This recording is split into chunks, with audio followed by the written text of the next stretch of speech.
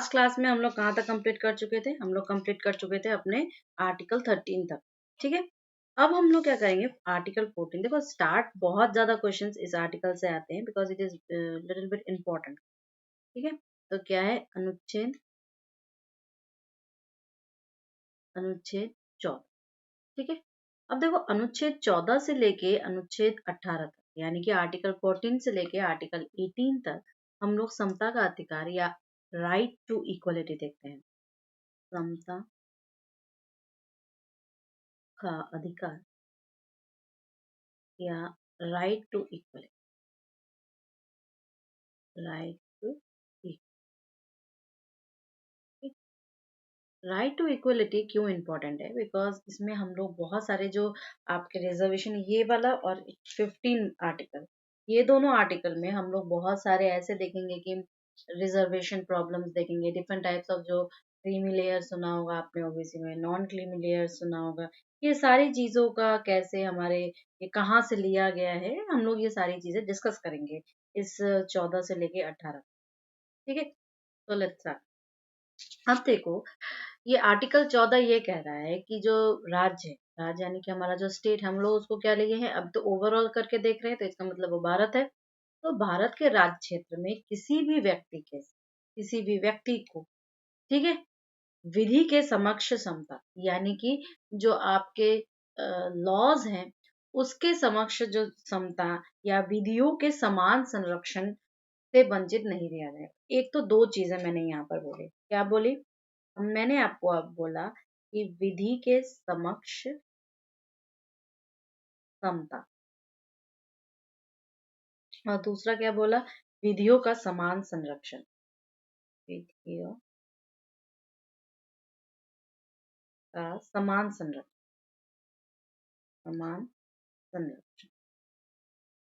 यानी कि आपके लॉज जो है वो इक्वली कंजर्व रहेंगे।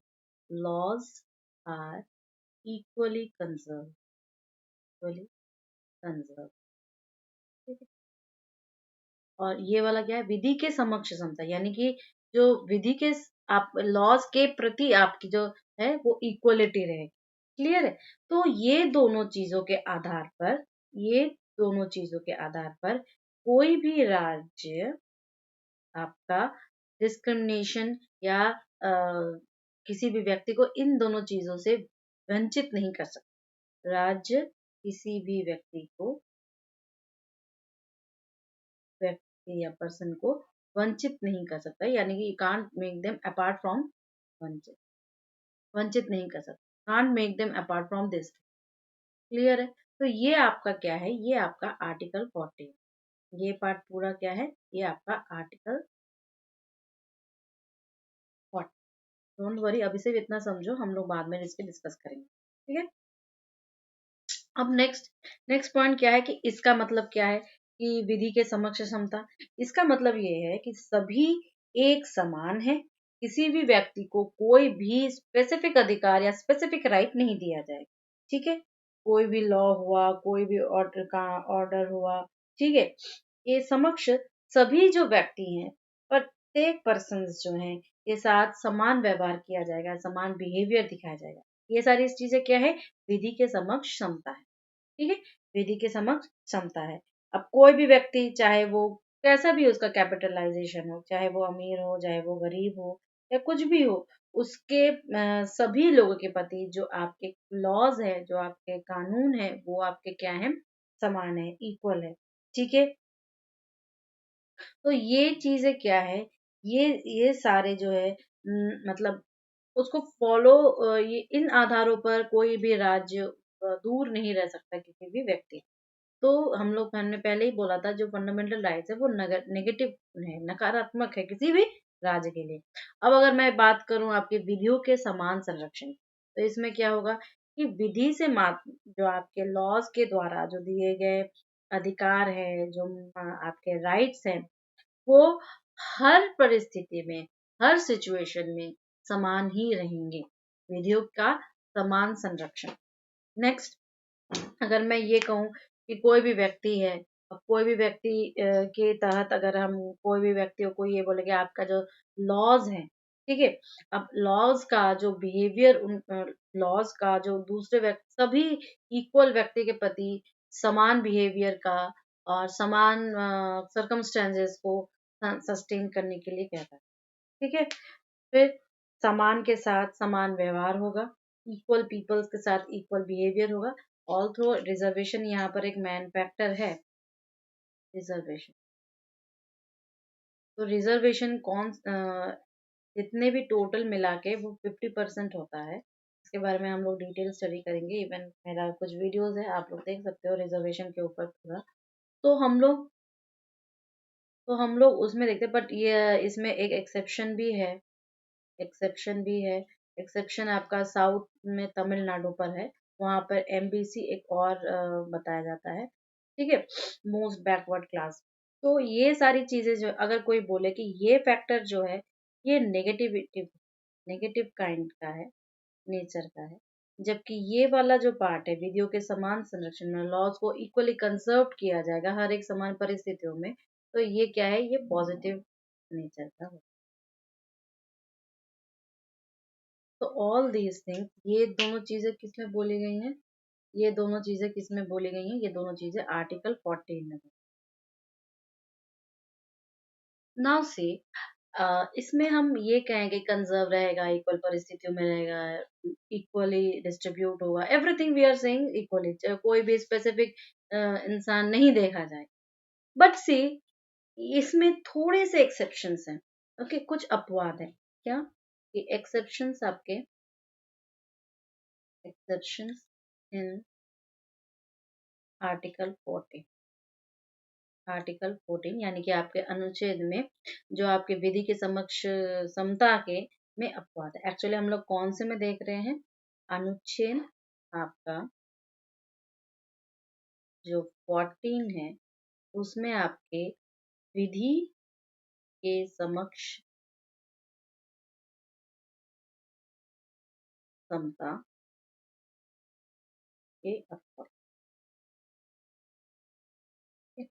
इसमें हम लोग अपवाद को देख रहे।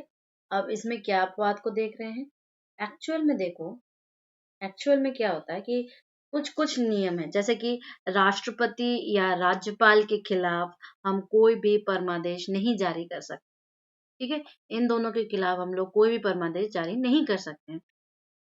तो इसका मतलब क्या हुआ कि हम आपके लिखते हैं थोड़ा सा, कि जो आपका गवर्नर है या आपके प्रेसिडेंट है, प्रेसिडेंट एंड गवर्नर, ठीक है, आपके राज्यपाल और आपके राष्ट्रपति, ठीक है, इन दोनों के खिलाफ हम लोग कोई भी फरमादेश नहीं जारी कर सकते, खिलाफ कोई भी फरमादेश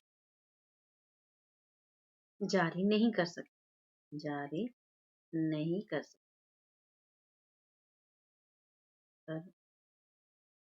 ठीक है, कोई भी फरमादेश हम इनके खिलाफ जारी नहीं कर सकते। ओके, कोई भी मैंडामस जारी नहीं कर सकते।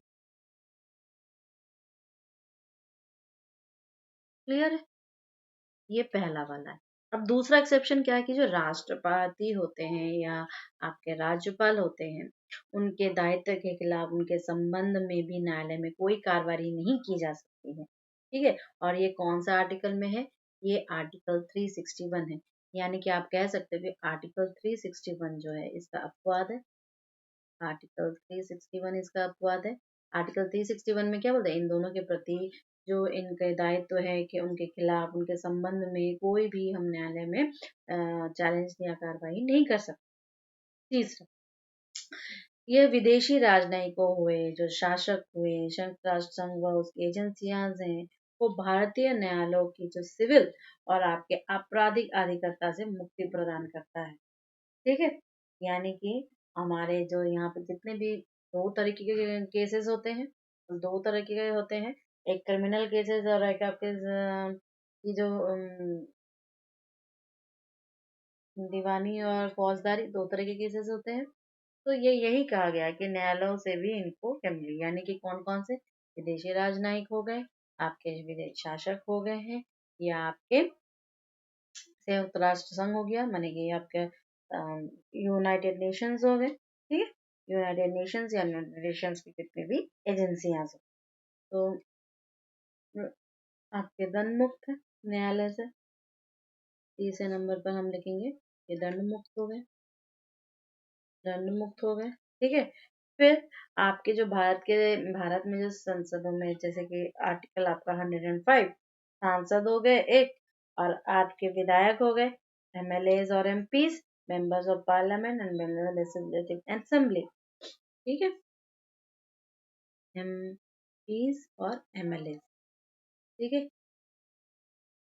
मेंबर्स ऑफ लेजिस्लेटिव असेंबलीज और मेंबर ऑफ पार्लियामेंट। अब एक है आपका, इसके लिए 190 आपके 4 हो जाएगा आर्टिकल, और इसके लिए कौन सा हो जाएगा आर्टिकल 105। वो देखेंगे, डोंट वरी, तब और ज्यादा देखेंगे। बट इन दोनों में क्या है कि इनको अनेक विशेष अधिकार प्राप्त है। ठीक है, अब संसद में सांसदों द्वारा कही गई किसी भी बात के लिए उनको न्यायालय में प्रति जवाबदेही नहीं होना पड़ता।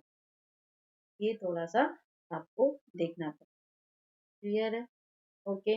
उसके बाद आपका आर्टिकल 361, फिर आपका है, आपका चौथा पॉइंट हो गया, आपका पांचवा पॉइंट आर्टिकल 361 का इसमें आपके जो मीडिया पर्सन है या मीडिया है, आप उसको बहुत सारे स्पेसिफिक राइट्स दिए गए हैं, विशेषाधिकार दिए गए हैं।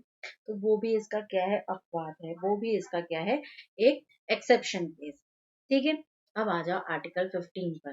Don't worry about notes, video के एंड में नोट्स मिल जाएंगे। ठीक है, अब नेक्स्ट क्या है, नेक्स्ट हमारा आर्टिकल 15, आर्टिकल या अनुच्छेद 15 है। अनुच्छेद 15 क्या बोलता है कि धर्म, यानी कि आपका क्या हो जाएगा, रिलीजन। ठीक है, फिर आपके पास मूल वंश, मूल वंश यानी कि आपका जो रेस है, फिर जाति यानी कि आपका जो कास्ट है,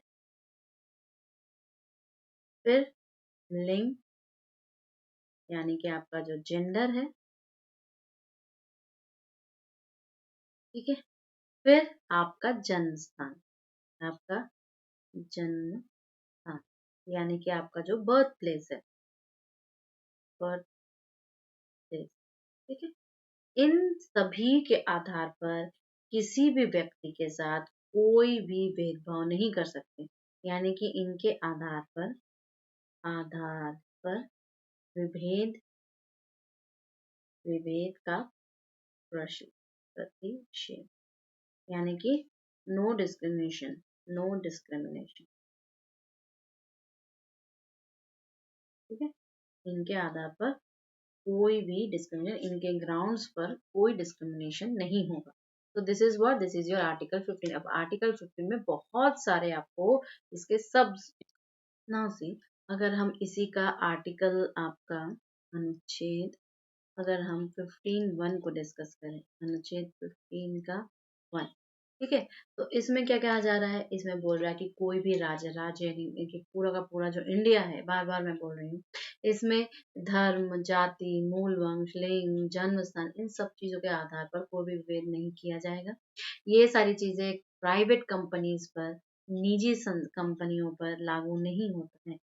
प्राइवेट कंपनीज कंपनीज यानी कि निजी संस्थानों पर लागू नहीं होता है। इसके कुछ एक्सेप्शंस हैं। एक्सेप्शंस यानी कि जैसे कि मान लो कि आपको मैटरनिटी लीव दी जाती है विमेंस के लिए, क्यों, क्योंकि उनका जो बायोलॉजिकल सिस्टम है, it is totally entirely different from your mail.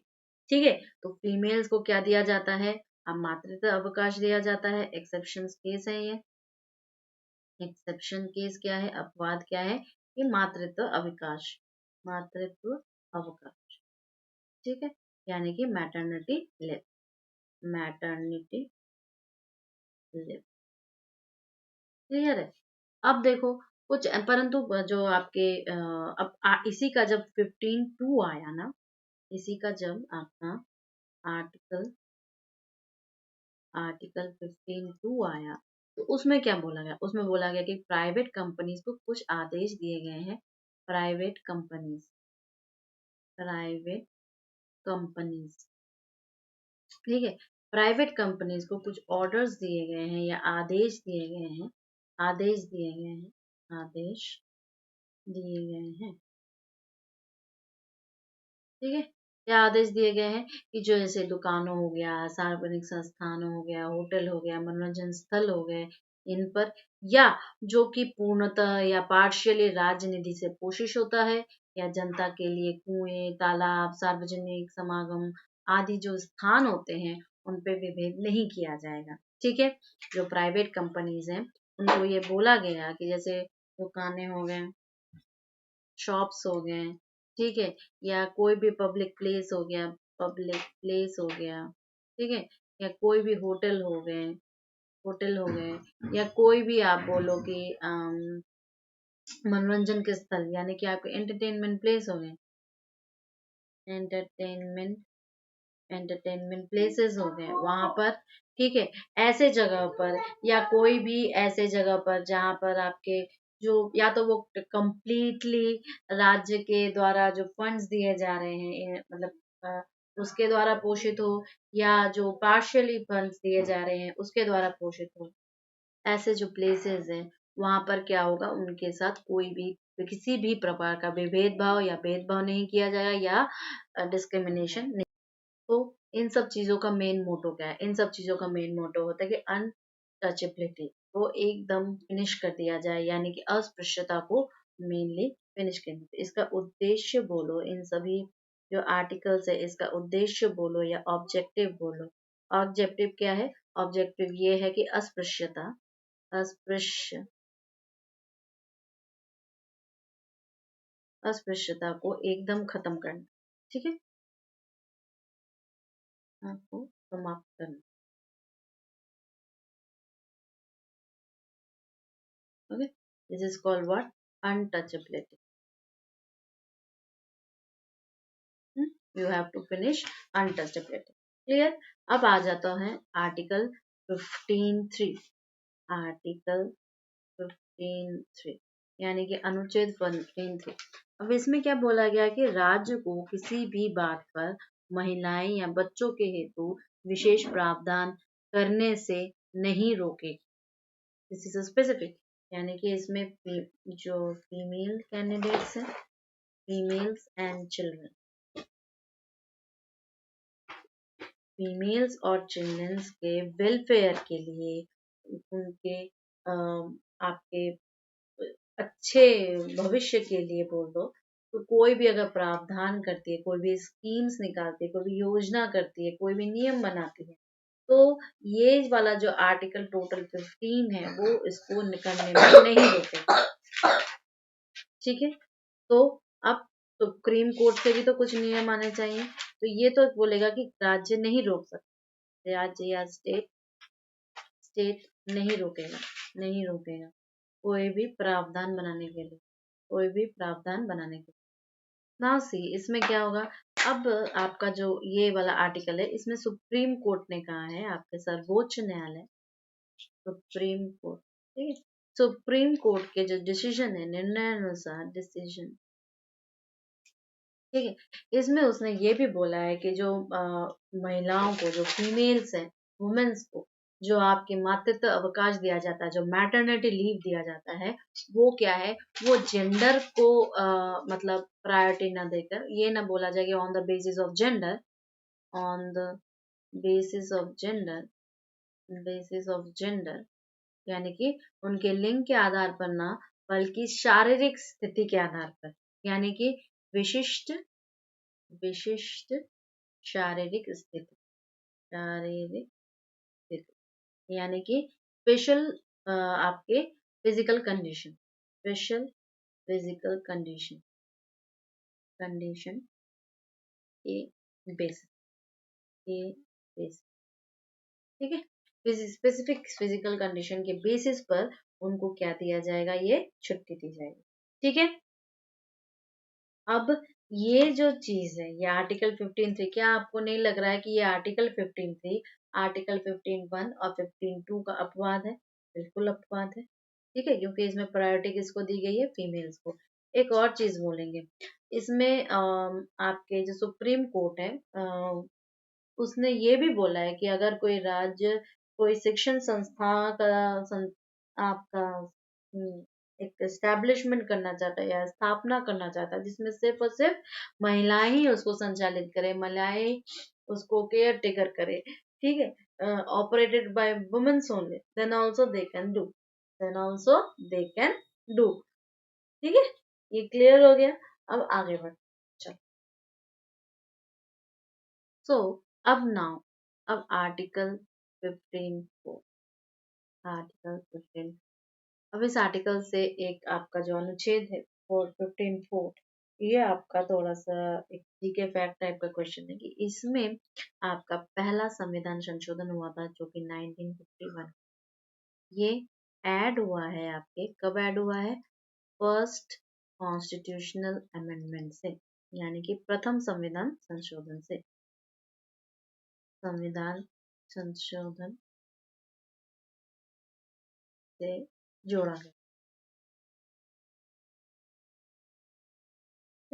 प्रथम संविधान संशोधन से ये जोड़ा गया है। अब ये कैसे जोड़ा गया, एक्चुअली ये ऐड हुआ है आपका, जो इसका जोड़ने का बेसिस था वो एक्चुअली एक केस था जो कि आपके मैड्रास स्टेट से, उस समय ये मैड्रास स्टेट था, मैड्रास स्टेट वर्सेस आपका चंपक्कम दोराइजन, चंपक्कम, ओके, दोराइजन, दोराइजन, क्लियर। तो इसको मैं एक बार हिंदी में भी लूँ, चंपक्कम दोराइजन,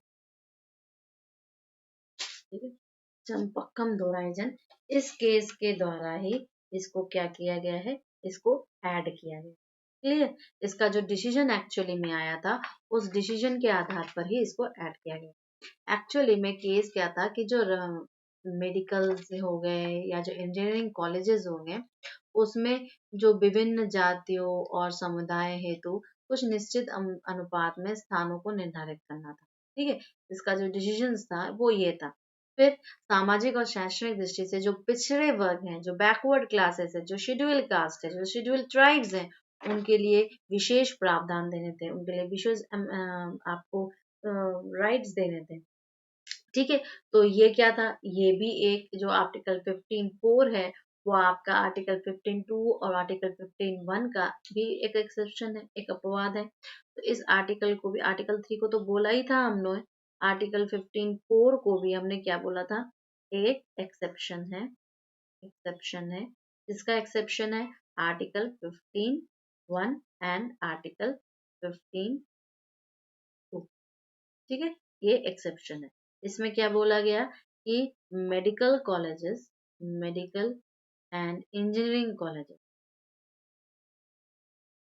मेडिकल एंड इंजीनियरिंग कॉलेजेस, ठीक है, इन दोनों कॉलेजेस में क्या करना है आपको,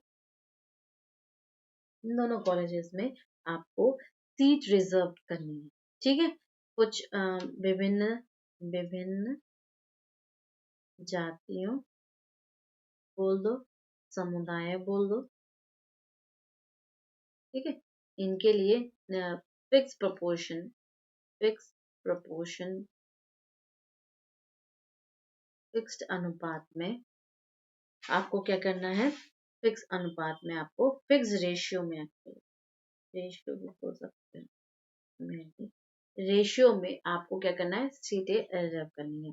प्लस जो आपके सामाजिक यानी कि सोशल एंड आपके जो एकेडमिक, एकेडमिक इंस्टीट्यूट होते हैं, यानी कि जो सामाजिक हो गए या आपके शैक्षणिक संस्थान होते हैं, उसमें आपके ओबीसी बोल दो, एससी बोल दो, एसटी बोल दो, उनके लिए विशेष प्रावधान बना। तो all these are what, all these are exception, ठीक है। कुछ प्रावधान आपको, तो यहीं से रिजर्वेशन का जन्म भी होता है, क्लियर है। आगे बढ़ते हैं। अब आर्टिकल आपका 15(5), आर्टिकल 15(5), आर्टिकल 15(5) यानी आर्टिकल अनुच्छेद 15(5), ये क्या है, ये आपके वो वाला तो फर्स्ट कॉन्स्टिट्यूशनल अमेंडमेंट या प्रथम संविधान संशोधन में ऐड किया गया था। इसको हम लोग 93वां संविधान, 93वां संविधान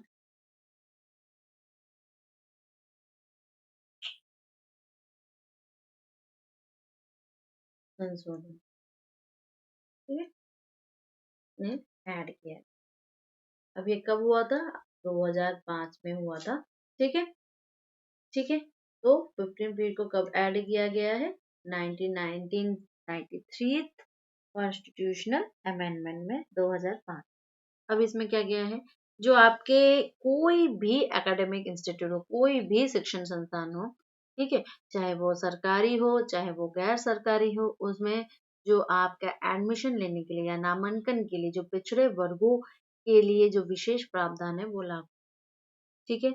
लेकिन इसका जो एक अपवाद है, इसका भी एक एक्सेप्शन है कि जो अल्पसंख्यक शिक्षण संस्थान एवं निजी शिक्षण संस्थान, ठीक है, इसका जो अपवाद है वो कौन से है? जो माइनॉरिटीज के लिए, माइनॉरिटीज का जो आपका एकेडमिक सेक्शन होता है उनका, और जो प्राइवेट है वहां पर अपवाद है। लेकिन अब सुप्रीम कोर्ट ने अशोक कुमार बनाम भारत संघ 2008 में इसे वैध ठहराया है, ठीक है। एक्चुअल में ये बात जो है वो किसने वैध ठहराया है? आपके सुप्रीम कोर्ट ने। कब? 2008। क्लियर है? Is this clear? अब इसमें भी एक अपवाद है।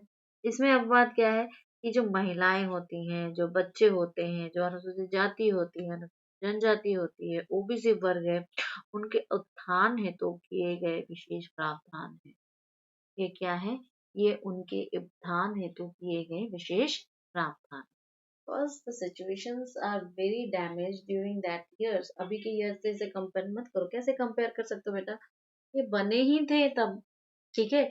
जब ये जब ये संविधान बना था उस समय की परिस्थिति और अब की परिस्थिति में बहुत अंतर है।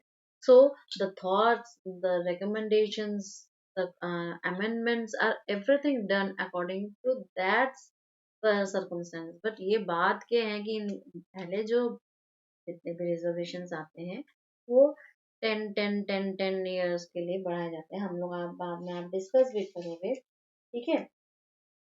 मैं आपको बताऊंगी भी कि कैसे ये सारी चीजें 10-10 सालों के लिए बढ़ाई गई और कैसे फिर अगेन 10 साल जब इसके पूरे हो गए तो एक नया संविधान संशोधन हुआ, एक नया संविधान संशोधन हुआ तो फिर से इसको 10 सालों के लिए बढ़ाया। We will discuss everything, don't worry, ठीक है। मैं आपको बता भी दूंगी कि जो आर्टिकल 16 है इसका, उसमें कैसे सारी चीजों को और भी इलेबोरेट रूप से बताया गया है। क्लियर है? इलेबोरेट रूप से बताया गया है। So what is this? आपका ये क्या है? महिलाओं, बच्चे या ओबीसी, एससी, एसटी, इन सब चीजों के लिए विशेष प्रावधान है। क्लियर है? यहाँ पे हम लोगों ने दो चीजों को पढ़ा, एक 93वां संविधान संशोधन पढ़ा, ईयर कौन सा था? 2005। उसमें इस आर्टिकल को ऐड किया गया आर्टिकल 15 में, और उसमें क्या बताया गया ये भी हम लोगों ने डिस्कस किया। साथ ही साथ सुप्रीम कोर्ट का जो केस कौन सा था? अशोक कुमार के साथ भारत संघ का था, जो कि 2008 की बात है, और उसमें उसको क्या बोले? ये क्लियर है? अब आ जाओ आर्टिकल 16। आर्टिकल 16 अनुच्छेद 16। एक्चुअली देखो इसमें बात क्या थी ना कि ये जो आपका 93वां संविधान संशोधन था, ये क्या था? ये बोला गया था कि जो कॉलेजेस वगैरह है वहां पर आपके ये हायर इंस्टीट्यूशंस में एक्चुअली रिजर्वेशन की या आरक्षण की बात की गई, लेकिन इसी को ही चैलेंज किया गया था यहाँ पर 2008, ठीक है। इस जो आपका कॉन्स्टिट्यूशनल अमेंडमेंट था इसको 2008 में चुनौती दी गई थी।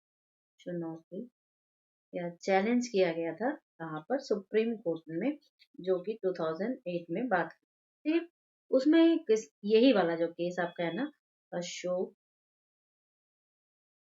ठाकुर बनाम आपका Bharat, Indian union, Indian union, ठीक है, भारत का। इसमें ये चैलेंज किया गया कि भाई ये तो उसके मूल संरचना के साथ छेड़छाड़ है, इसलिए इसे बंद किया जाए। सुप्रीम कोर्ट ने बाद में डिसीजन दिया नहीं, ये उसके छेड़छाड़ बिल्कुल भी नहीं है। तो आर्टिकल एक, यहाँ पे मैं आपको एक आर्टिकल आपका 15(6), ठीक है। आर्टिकल 15(6) क्या है? ये कह रहा है कि हमारे पास देखो आर्टिकल 15(4) हुआ या आर्टिकल 15(5) हुआ, ये दोनों किसकी बात में बात कर रहा है? पिछड़ापन के लिए बैकवर्डनेस की बात कर रहा है, बैकवर्डनेस या पिछड़ापन की बात कर रहा है, पिछड़ापन की बात कर रहा है। कैसे पिछड़ापन? या तो वो सामाजिक होगा, यानी कि वो सोशल होगा, ठीक है, और या तो वो क्या होगा, आर्थिक होगा, यानी कि फाइनेंशियल, आर्थिक यानी कि फाइनेंशियल। इन दोनों की ही बात कर रहा है। तो जो ये पिछड़ापन है, जो SC ST OBC ये सारी चीजें हैं, ठीक है, ये हमारे समाज के बहुत से आर्थिक तौर पर पिछड़े हुए हैं। तो इससे मतलब क्या हुआ कि अब जो मोदी सरकार है एक अमेंडमेंट किया, जिसे हम लोग ने 103वां संविधान संशोधन किया गया है, ठीक है। तो एक्चुअली क्या है कि जो आपके जो मोदी सरकार है, मोदी सरकार ने बोला कि जो आर्थिक दृष्टि से जो कमजोर वर्ग है के नाम पर बोला गया था इस चीज को। उन्होंने क्या बोला कि हमारे पर अगर देखा जाए तो हमारे संविधान में किसी भी शब्द ये उल्लेखित नहीं करता, ठीक है, आर्थिक रूप से कमजोर जो वर्ड है इसको उल्लेखित नहीं करता, या आर्थिक पिछड़ापन को उल्लेख नहीं करता, ये हमेशा सामाजिक पिछड़ापन की बात करता है, ठीक है। तो और आपके एकेडमिक पिछड़ापन की बात करता है। तो मोदी सरकार जो आई वो 2019 में, कब कब की बात कर रहे हैं हम, 2019 में। 2019 में 103वां संविधान संशोधन हुआ, 3वां संविधान संशोधन, कॉन्स्टिट्यूशनल अमेंडमेंट। इसमें 15(6) को जोड़ा गया, यानी कि जो आपकी 6वीं धारा है वो जोड़ा गया, और ये बोला गया कि जो सामान्य वर्ग में ऐसे लोग जो आर्थिक दृष्टि से पिछड़े हुए हैं या आर्थिक दृष्टि से कमजोर हैं, उनको शिक्षण संस्थानों में क्या मिलेगा, आरक्षण, ठीक है। और ये आरक्षण कितने परसेंट का होगा, 10%। EWS जो कोटा है वो आप इकोनॉमिकल, जो आपका बैकवर्ड क्लास है, क्लियर, इकोनॉमिकल बैकवर्ड क्लास के लिए, ठीक है। तो ये इसमें क्या प्रावधान किया गया कि जो आपके जनरल वर्ग है, जो आपका सामान्य वर्ग है, सामान्य वर्ग में आर्थिक दृष्टि से पिछड़ा, आर्थिक दृष्टि से पिछड़ा, ठीक? आर्थिक दृष्टि से जो पिछड़ा वर्ग है उसके लिए 10% रिजर्वेशन, रिजर्वेशन या आरक्षण। कहाँ पे आरक्षण दिया जाएगा, कहाँ पे आरक्षण दिया जाएगा, आपके शिक्षण संस्थानों में, एकेडमिक इंस्टीट्यूशन।